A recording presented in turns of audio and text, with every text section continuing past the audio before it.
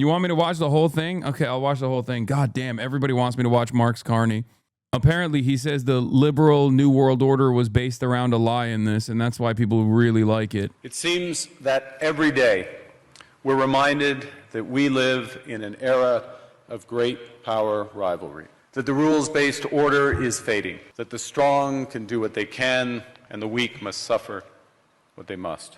And this aphorism of Thucydides is presented as inevitable, as the natural logic of international relations reasserting itself. And faced with this logic, there is a strong tendency for countries to go along to get along, to accommodate, to avoid trouble, to hope that compliance will buy safety. Well, it won't. So what are our options? In 1978, the Czech dissident Václav Havel, later president, wrote an essay called The Power of the Powerless. He's not appeasing. He's not. I actually like what Mark Carney has been doing, even though I'm, skeptical. Let's just say I'm Carney curious, okay? Or maybe Carney agnostic. Because there are some things that he has done, especially since Donald Trump is deliberately posturing as though he's going to annex Canada.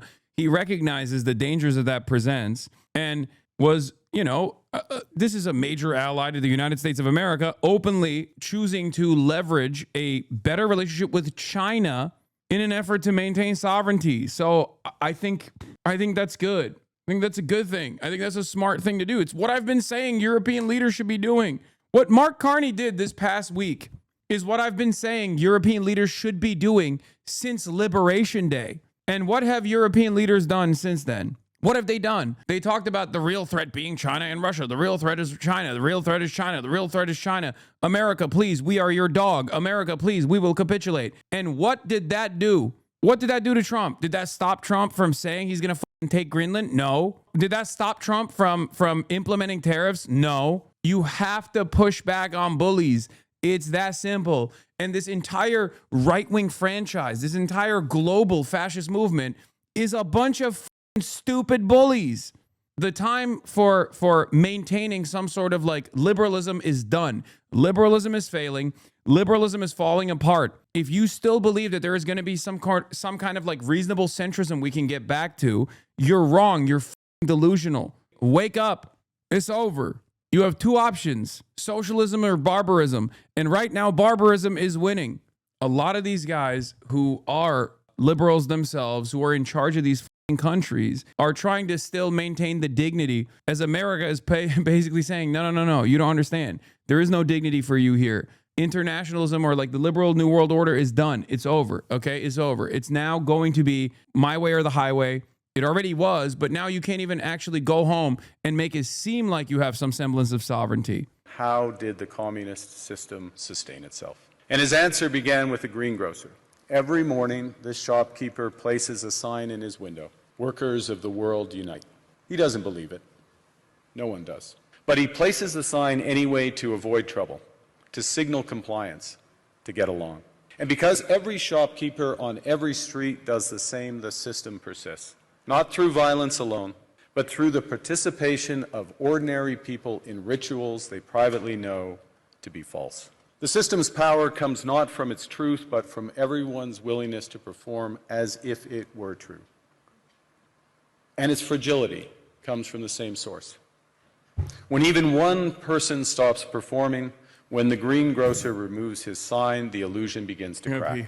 Friends, it is time for companies and countries to take their signs down. For decades, countries like Canada prospered under what we called the rules-based international order. We joined its institutions, we praised its principles, we benefited from its predictability. And because of that, we could pursue values-based foreign policies under its protection. We knew the story of the international rules-based order was partially false, that the strongest would exempt themselves when convenient, that trade rules were enforced asymmetrically. And we knew that international law applied with varying rigor depending on the identity of the accused or the victim. This fiction was useful. And American hegemony in particular helped provide public goods, open sea lanes, a stable financial system, collective security, and support for frameworks for resolving disputes. So we placed the sign in the window. We participated in the rituals. and we largely avoided calling out the gaps between rhetoric and reality. This bargain no longer works. Let me be direct. We are in the midst of a rupture, not a transition. Over the past 2 decades, a series of crises in finance, health, energy, and geopolitics have laid bare the risks of extreme global integration. But more recently, great powers have begun using economic integration as weapons. Tariffs as leverage, financial infrastructure as coercion, supply chains. By the way, when he says great powers, he just means America. I love that. I love that he's like, yeah, someone's doing this. Is really up. Someone is just. This fiction was useful. And American hegemony in particular helped provide public goods, open sea lanes, a stable financial system, collective security, and support for frameworks for resolving disputes. So we placed the sign in the window. We participated in the rituals, and we largely avoided calling out the gaps between rhetoric and reality. This bargain no longer works. Let me be direct. We are in the midst of a rupture, not a transition. Over the past 2 decades, a series of crises in finance, health, energy, and geopolitics have laid bare the risks of extreme global integration. But more recently, great powers have begun using economic integration as weapons. Tariffs as leverage, financial infrastructure as coercion, supply chains as vulnerabilities to be exploited. It is an undeniable fact that the world was much better when the Soviet Union was still around. I mean, dude, I said that. Everyone yelled at me. I said that in an interview that I was doing at the Zoran election victory party, where like, you don't have to agree with the USSR. You don't have to think about the excesses in terms of their own self-governance. But objectively speaking, when there was an alternative vision out there, especially one that did not shy away from pushing back against America during the Cold War, a lot of other countries in the middle, even if they were in the imperial core, were able to keep their gains, keep their benefits. And in the absence of that counter mechanism, in the absence of that counterweight, it is not an accident that we have seen the great explosion of neoliberalism in every Western liberal capitalist country. When capital owners no longer feared the threat of an alternative, the threat of a good example, they did away with all of the safeguards, all of the regulations, first in the United States of America, and then elsewhere. All over Europe, you started seeing the same corrosive influence of capital make its way through a period of neoliberalization, the destruction of social safety nets, the destruction of what remains of the regulatory body. The French healthcare system was literally the design of the Communist Party, backed by the USSR. It's thanks to them that we have healthcare for all, and people bash the left here when we have one of the best, or used to have, healthcare systems in the world. It's the same exact situation here in the United States of America, by the way. Obviously, the quality of life or the living standards are different. The currency exchange is different. Having said that, however, the attitude remains. A lot of people don't realize that in the United States of America, if it wasn't for commies, trade unionists, socialists fighting in the streets, dying in the streets, that America would not have any labor laws whatsoever. You wouldn't have the weekend. You would still have child labor. And ironically enough, we still do have child labor in the United States of America. Okay. And not just for undocumented immigrant children. I mean, like straight up, you have child labor in many states that have openly legalized it. Like there are so many excesses under capitalism as well that many people do not understand or recognize, because for the longest time you've existed under the system thinking, well, the alternative is much scarier, is much more dangerous. And in the absence of said alternative, you have this explosion of neoliberalism around the globe. You have the forces of capital taking up more and more, taking up a bigger role in what previously was dealt with by the government. People don't realize that a lot of the things that you take for granted were fought for by your forefathers in the labor movement. All the hate sub clip Andes are here. I mean, great. It's fine. You can keep complaining about tankies this, tankies that, but a lot of Europeans benefited without realizing, like all of the social democracy that Europe has, even still to this day, they got because capital had to give in. Capital had to concede to the demands being made. And those demands were made because there was an alternative vision. Once all of that was eroded through Red Scare all around Western liberal nations, Western liberal democracies, you have no competition. You have no ideological competition and full-blown pure capitalism. As living standards erode in Western liberal capitalist nations, people look to blame whoever they can. The point I'm making is that alternative vision must come back. And that alternative vision clearly is not going to be supported by China. Let's be real. For better or for worse, China decided they are not going to wage any sort of ideological war around the world, even if it's beneficial for their immediate interests in their backyard in the South China Sea. They're not going to do that. So if it is a game of sovereignty for a lot of these nations, the only way that you can maintain national sovereignty, especially as America is increasingly doing away with the aesthetics of liberty and freedom, making it seem as though you have a say, is going to be through, and I know normally I say nukes, but it's going to be through serious organizing and an ideological commitment to an alternative vision, giving workers back the power that they deserve. It's not going to happen with like China helping you either. You cannot live within the lie of mutual benefit through integration when integration becomes the source of your subordination. And as a result, many countries are drawing the same conclusions, that they must develop greater strategic autonomy in energy, food, critical minerals, in finance and supply chains. And this impulse is understandable. A country that can't feed itself, fuel itself, or defend itself has few options. When the rules no longer protect you, you must protect yourself. But let's be clear-eyed about where this leads. A world of fortresses will be poorer, more fragile, and less sustainable. And there's another truth. If great powers abandon even the pretense of rules and values for the unhindered pursuit of their power and interests, the gains from transactional... I mean, he's talking about just America when he says great powers, for the record. Like, everybody understands that, right? Like, every time he says great powers, just put America in there, because that's what he's talking about. He's saying law of the jungle, we're abandoning the aesthetics of, like, liberal democracy, and we're giving ground to might makes right politics. We're going back to almost like a colonial structure here. I was actually thinking about this the other day. I was wondering if, like, a peasant in the age of monarchs would think to himself like, well, I'm so glad me lordship has sent the squires over to Jerusalem. Like, you know what I mean? Like the Holy Crusades, like it's like, oh, all the bounty will come back to me, a f***ing peasant. In the same way that in the age of the internet, there are American peasants who unironically are so committed to like American force projection that they do delude themselves into thinking that, American military posture in Venezuela is actually good for me. American military posture in Iraq was good for me somehow. It wasn't. Yeah. My lordship is based. My lordship is based. Men who would have been feudal peasants trembling outside their hut as prima noctis is carried out inside for most of human history really want you to know that might makes right and there is no rule-based international order.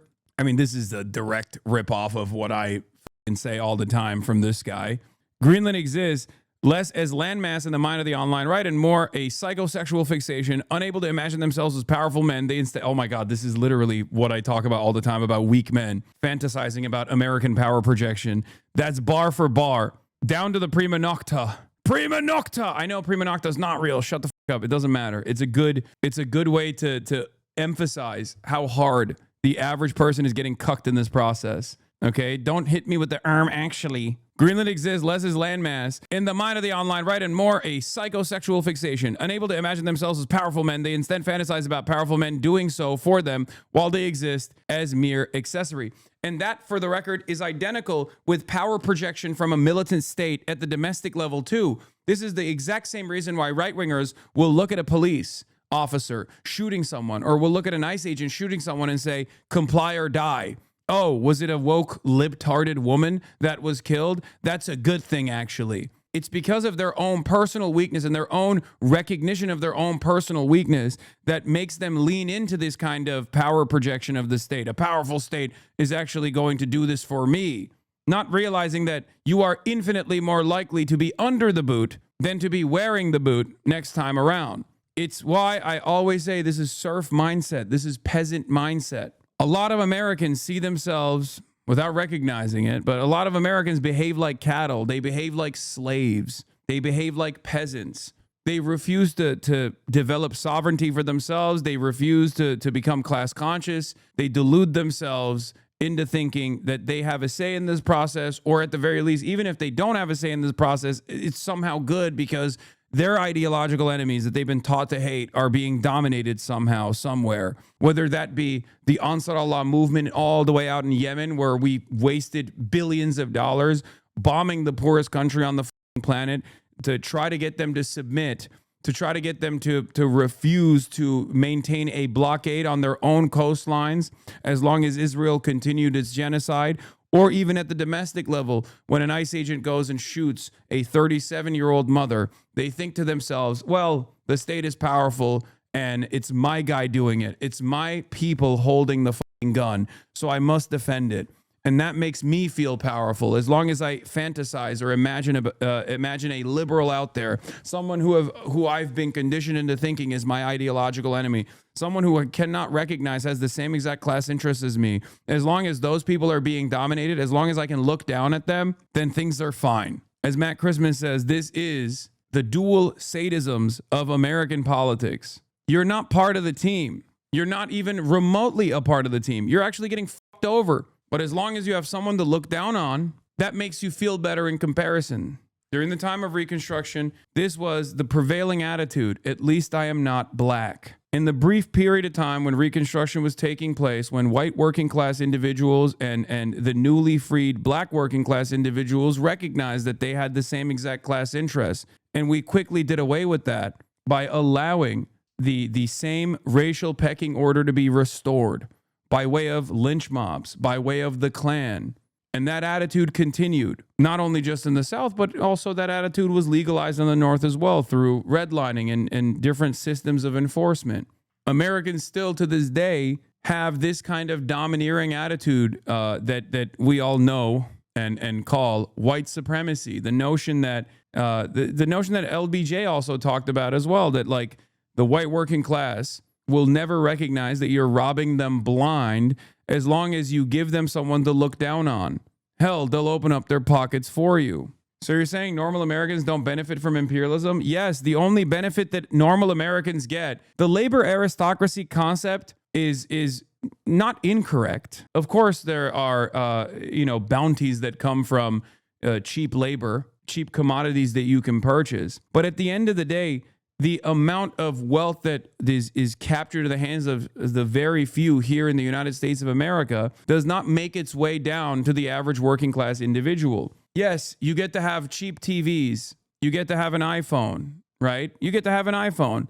And that's extracted through an hyper exploitative structure where the rare earth minerals that are extracted for said iPhone is done by, child slave labor in countries that have previously been destroyed by colonial violence and kept down as a part of the global South so that we could continue extracting their natural resources at a price point that is favorable to us. But those benefits are marginal. They're aesthetic for the most part. We live in the wealthiest country on the planet, and there's almost 1 million people that sleep outside every single night, dude.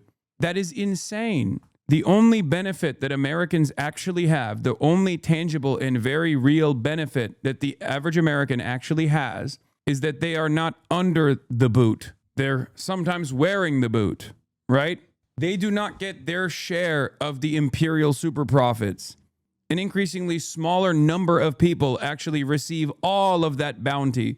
Americans don't receive it. They get treats, but that's it. You get mass processed, cheap luxury commodities that would be considered impossible to acquire, half a century ago, okay? And you get it readily available, delivered to your doorstep at a moment's notice, and that makes you think, oh, we have prosperity. The inverse of this labor aristocracy argument that's very frustrating to me, at least, especially when I'm trying to explain to American hogs that they're getting fucked over in this process, is that a lot of orthodox Marxists unironically make the argument that what Trump is doing is good. Like, what's the purpose here? By saying this is an L take, what do you want the labor aristocracy to recognize? That they are a part of a class that is truly benefiting from American empire? Is that what you want them to recognize? Do you want them to lean further in the direction of Trump's dominance? Are you stupid.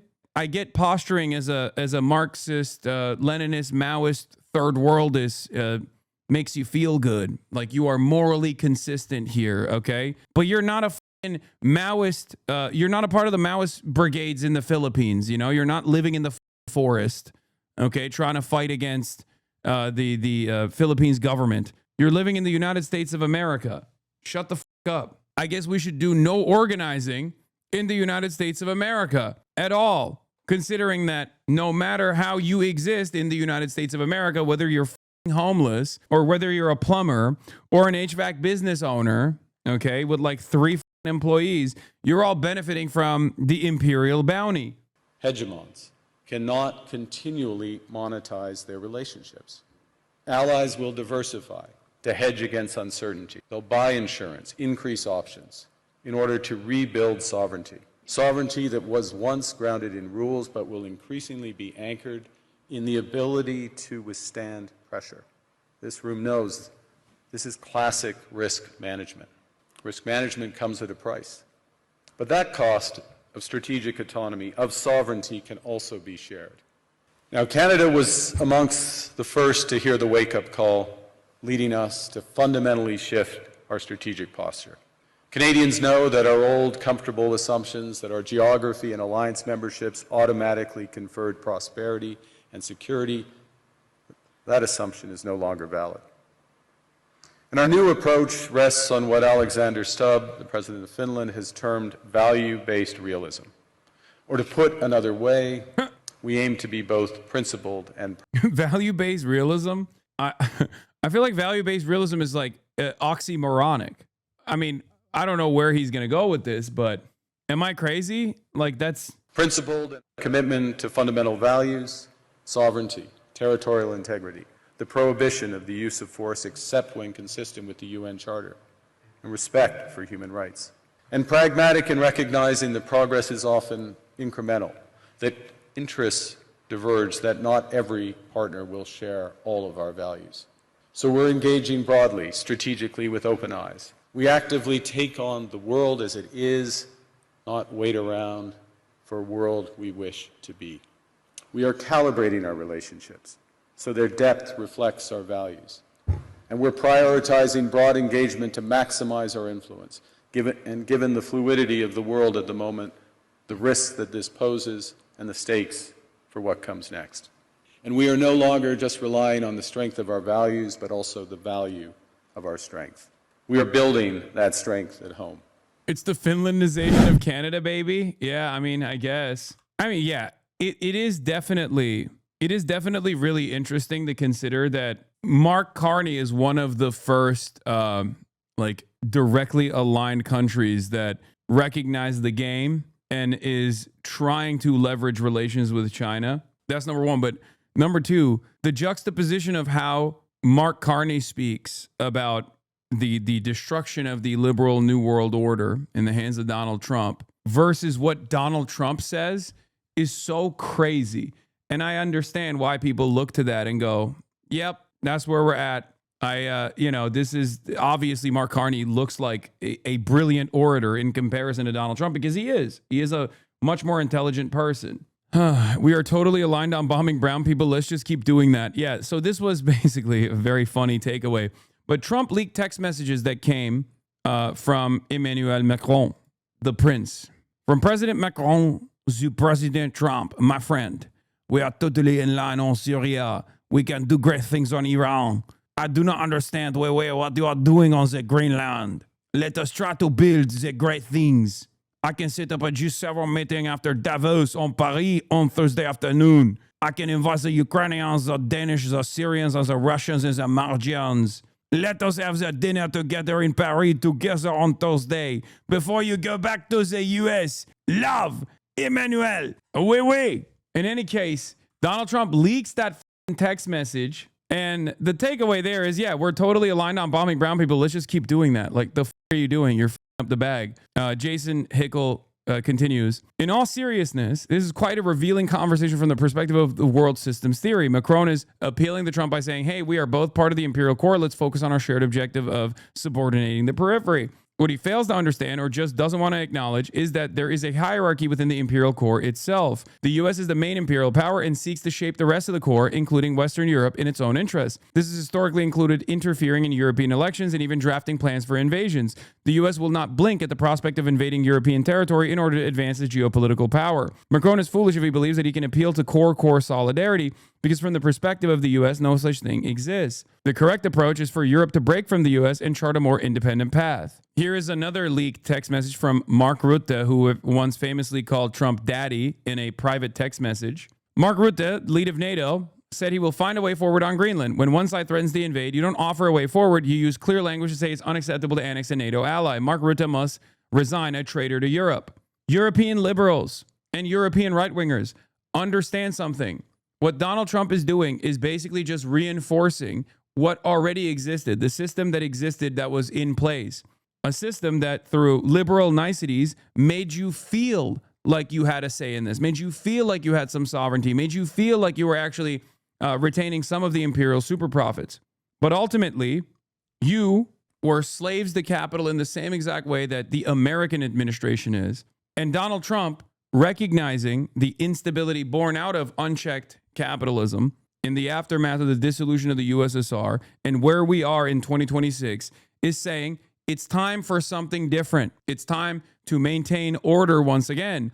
And when liberalism has failed historically in Europe, and I think you guys know that through your own fucking histories, fascism came in as a way to reassert dominance, the dominance of capital. When there's global panic and instability, Donald Trump is doing it now. This kind of text messaging. Thank you, Mark Rutte, the Secretary General of NATO, says Donald Trump. Mr. President, dear Donald, what you have accomplished in Syria today is incredible. I will use my media engagements in Davos to highlight your work there in Gaza and in Ukraine. I am committed to finding a way forward on Greenland. Can't wait to see you. Yours, Mark. I cannot believe how much Mark Rutte sucks Donald Trump's penis, dude. I think it's going to take time, but I think Europeans are kind of going to realize that what they thought they had with this allegiance with the United States of America was built on a lie. And some people will harden their position on American dominance. All of the right-wing nationalists, all of the fascists, the international consortium of fascists will heavily lean into the United States of America, in my opinion. They will heavily lean into American dominance. They'll say they'll harden their positions, and they'll try to make an argument about how it's actually much better because otherwise you'll have scary Chinese control over our country, and we can't have that. But the pathway for European sovereignty comes from decoupling from the United States of America and leveraging relationships with China. That's it. If you don't do that, America's self-destructive fascist forces are going to come for you as well. And their allies in your country will destroy you so that America can easily control it. So that America can easily control your lives and easily control your country.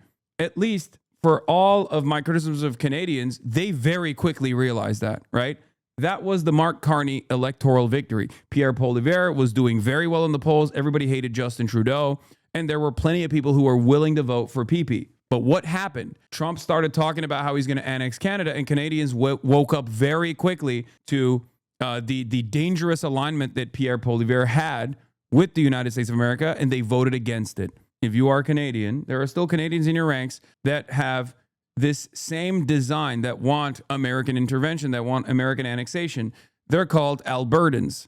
What will most likely take place in Canada in the upcoming years, if Trump does actually remain unchecked and doesn't receive any pushback from the likes of Mark Rutte, which seemingly is not coming, he will feel more emboldened to go and overtake Canada as well. And when they do that, there will be the Albertan separatist movement that wants to unify with America. Obviously, that referendum will fail. And then America will say, oh my God, there's electoral fraud here. It must be the Venezuelan Dominion machines that caused electoral fraud to take place. We have to fight for Albertan dignity, fight for Albertan independence, and then boom, annexation. And that's not my assessment. That's Steve Bannon basically signaling that this is what they want to do. Bannon constantly links Ukraine and Canada in the same breath, which gives a clue to the game plan. Promote Alberta separatist movement and referendum. When Alberta separatists are defeated in referendum, claim election fraud and stop the steal. Use election fraud as a pretext for sending in troops to restore order, protect northern interests, etc. Annex Alberta and perhaps the rest of Canada. Not saying this will happen, but it's something percolating in Bannon's rancid mind. Here's the deal. What President Trump's argument to Canada is, and they just kind of blew it off, but when he talks about defense, what he's making the point on the Arctic is that Canada is kind of like Ukraine, right? The Chinese and the Russians are up there, and they see the undefended northern territories of Canada. They're going to take a bite. The Canadians got to understand something. They're going to in your territory, and they're going to dare you to do anything about it, and you're going to turn to Big Brother. Go ahead. We're getting Alberta is the linchpin. So when Trump says Canada is going to be the 51st state, he's speaking, he's vamping, he's having a little fun. But what he's really saying, because I know a lot of the guys in charge of the Albertan separatist movement or their prosperity movement, Alberta, they've already met twice now with the State Department. The Albertans are ready to vote in the next 6 months. They're getting out of the Canadian Union. They're going to become an independent state, independent country. We're going to recognize them, and that's going to put them on the pathway to becoming the 51st state. And here's why that's important. Alberta has a bevy of untapped rare earth minerals. They have the world's largest geothermal energy sources. They have some of the world's largest natural gas and oil deposits. So when Trump says Canada is becoming the 51st state, he's really talking about Alberta, and that's important because that's a gateway to the Arctic. Greenland is another gateway to the Arctic. So when we talk about hemispheric defense, we're not just talking about Latin America. We're talking about the polar regions too, Steve, and how they all link together. Canadians that literally ate the fucking bait and ate the propaganda hook, line, and sinker for the grand design of Taiwanese independence are going to learn very quickly about how America can treat them like China just as easily. If implemented, this is the same strategy that the Western forces have applied around the globe over and over again to all of our foreign adversaries. Do some psyops, especially in the age of social media, where all social media, especially in the Western world, is controlled directly by the United States of America. Do some psyops, boost in the algorithm how wonderful it will be to get Alberta to be independent. Most recent polling has Alberta separatism under 20% of Alberta. Their non-seceding law. I didn't say that they're actually going to do this democratically. Hello? That takes too much time. And also, that is somewhat of that's liberal interventionism. We don't do liberal interventionism anymore. The very fact that there is any percentage of Albertans that want independence is insane. That's insane. That means that like all of the previous initiatives have been fairly successful. The do you mean you want to be separated from the rest of Canada? Are you out of your mind? What are you talking about? It's completely psychotic. It's like a suicide pact. You're just basically holding a gun to your mouth and going, I want to pull the trigger, eh? This is what great powers do, though. I mean, this is, to a certain degree what Russia has done as well. It's certainly something that America and other Western powers have utilized over and over again against their foreign adversaries. The point is that there is at least 19%, right? So that then the Trump administration can say, there was an election theft that took place here.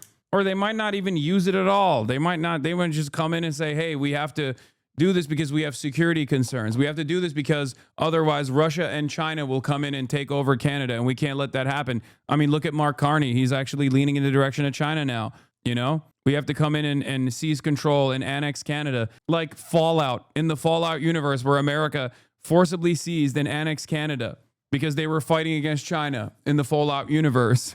Canada's developing plans to wage a guerrilla war against the U.S. invasion, in case you are wondering how things are going. Military planners are modeling a U.S. invasion from the south, expecting American forces to overcome Canada's strategic positions on land and at sea within a week and possibly as quickly as 2 days. Canada does not have the number of military personnel or the sophisticated equipment needed to fend off a conventional American attack. They said so.